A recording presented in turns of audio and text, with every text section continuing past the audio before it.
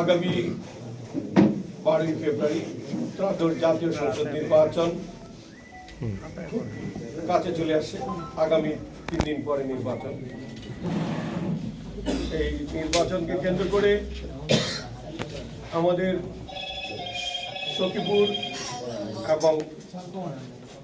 সখীপুর এবং নড়িয়ায় 23টা ইউনিয়ন, একটা পৌরসভা।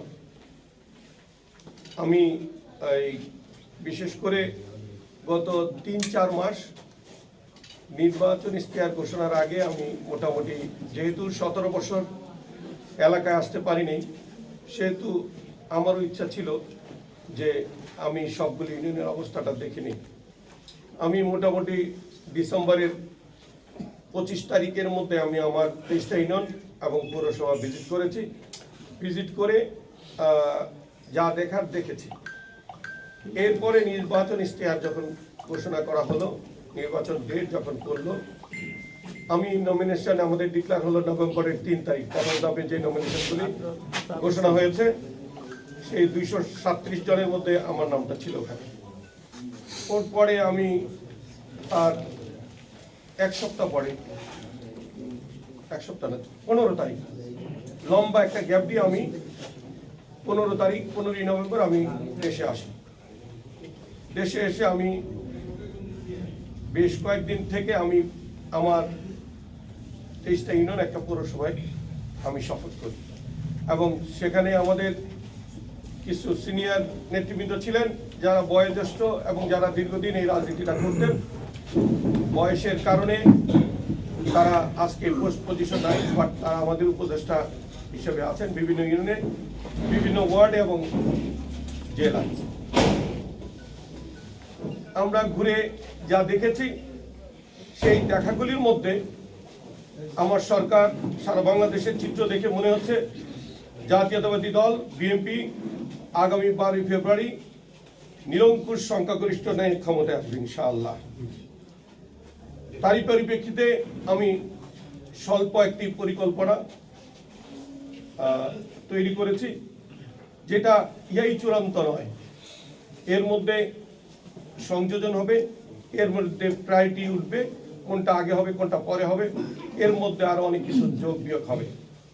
তারপরও যেহেতু একটা নিয়ম যে নির্বাচনের আগে আমি কি করতে চাই, নড়িয়া সখীপুরকে নিয়ে কেমন স্বপ্ন দেখি, এই স্বপ্নগুলি আপনারা যারা গণমাধ্যম কর্মী আছেন আপনাদের সাথে একটু শেয়ার করলাম। আর নির্বাচনের আগে আপনাদের সাথে সাক্ষাৎ নাও হতে পারে, নির্বাচনের পরবর্তী সময় হয়তো আপনাদের সাথে সাক্ষাৎ হবে, তার পূর্বে আপনাদের সাথে একটু সৌজন্য সাক্ষাৎ করে নিলাম।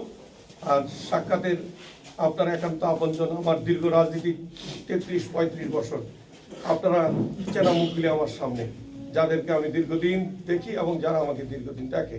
এবং সাংবাদিক মহলে আমার একটা পরিচিতি আছে, সবাই আমার আপনজন এবং সবার সাথে আমার খুব সৌহার্দ্যপূর্ণ সম্পর্ক।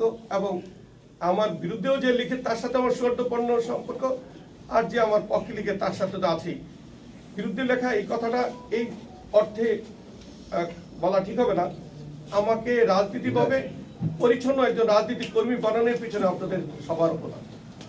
আমি পরিচ্ছন্ন রাজনীতিক কর্মী হয়েছি, যারা আমাদের শরীয়তপুরের সাংবাদিক আছেন তাদের বদৌলতে তারা আমাকে স্বচ্ছ, পরিচ্ছন্ন এবং ক্রিস্টাল ক্লিয়ার একজন রাজনীতিক কর্মী বানিয়েছেন আপনারা। এই অবদান আপনাদের।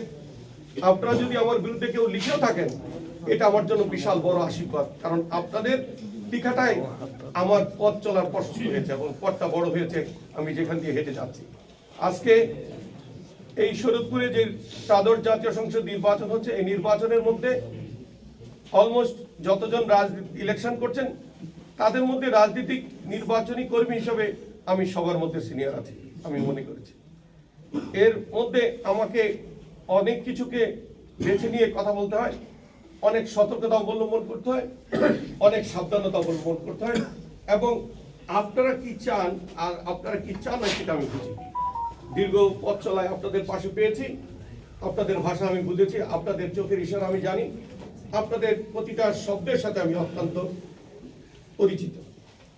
তো আমি খুব স্বল্প ছোট্ট একটা ইশতেহার ঘোষণা করতে চাই। আমি শুরু করতে চাই সকলকে ধন্যবাদ জানিয়ে, সাংবাদিক ভাইরা আসসালামু আলাইকুম।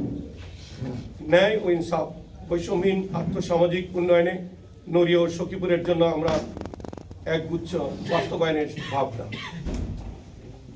শিক্ষা ও দক্ষ মানব সম্পদ উন্নয়নে তরুণ প্রজন্মকে প্রযুক্তি নির্ভর দক্ষ মানব সম্পদ হিসেবে গড়ে তোলা, এ লক্ষ্যে সরকারি বেসরকারি পর্যায়ে ট্রেনিং এর ব্যবস্থা করা হবে, যার মাধ্যমে তরুণদের উদ্যোক্তা হিসেবে গড়ে তোলা যাবে এবং হবে। নড়িয়া সরকারি কলেজকে বিশ্ববিদ্যালয়ে রূপান্তর করা হবে। নড়িয়া একটি কৃষি বিশ্ববিদ্যালয় স্থাপনের প্রস্তাবিত গৃহীত প্রকল্পটি বাস্তবায়ন করা হবে। বিগত সরকারের সময় বৈষম্য শিক্ষা প্রতিষ্ঠানগুলি সহ জরাজীর্ণ সকল শিক্ষা প্রতিষ্ঠানগুলি সংস্কার করা হবে। সখীপুরে ভালার বাজার আমার নিজ অর্থায়নে একটি পলিটেকনিক্যাল ইনস্টিটিউট করা হবে এবং যার মাটি ভরাট প্রায় 90% হয়ে গেছে, এটা মানে আপনারা অনেকেই দেখেছেন। এবং একটি মেরিন একাডেমি দ্রুত সময়ে মেরিন একাডেমির মাটিটা ভরাট কমপ্লিট হয়েছে, পলিটেকনিক্যাল কলেজের মাটিটা 10% বাকি আছে। এই দুইটা নির্বাচনের পর এই দুইটা আমার নিজস্ব অর্থায়ন আমি শুরু করব। এবং আপনারা জানেন আমাদের নড়িয়া সখীপুরে 23টা ইউনিয়ন আছে, একটা পৌরসভা আছে। আমার ব্যক্তিগত তহবিল থেকে আমি 24টা ভোকেশনাল ট্রেনিং ইনস্টিটিউট করবো ইনশাআল্লাহ, যেটা আমাদের দেশের কর্মসংস্থানের এবং বহির্বিশ্বে কর্মসংস্থানের সুযোগ সৃষ্টি হবে এবং বেকারত্ব দূর হবে। আমি মনে করি আমার দেশের সাধারণ মানুষের উপর বোঝা কমবে। যোগাযোগ ব্যবস্থা ও অবকাঠামো, পদ্মা সেতু রেল সংযোগ শরীয়তপুরের আলুবাজার ফেরিঘাট পর্যন্ত সম্প্রসারণ করা হবে ইনশাআল্লাহ। নড়িয়া ব্রিজের কাজ 6 মাসের মধ্যে সম্পূর্ণ করার যথাযথ পদক্ষেপ গ্রহণ করা হবে।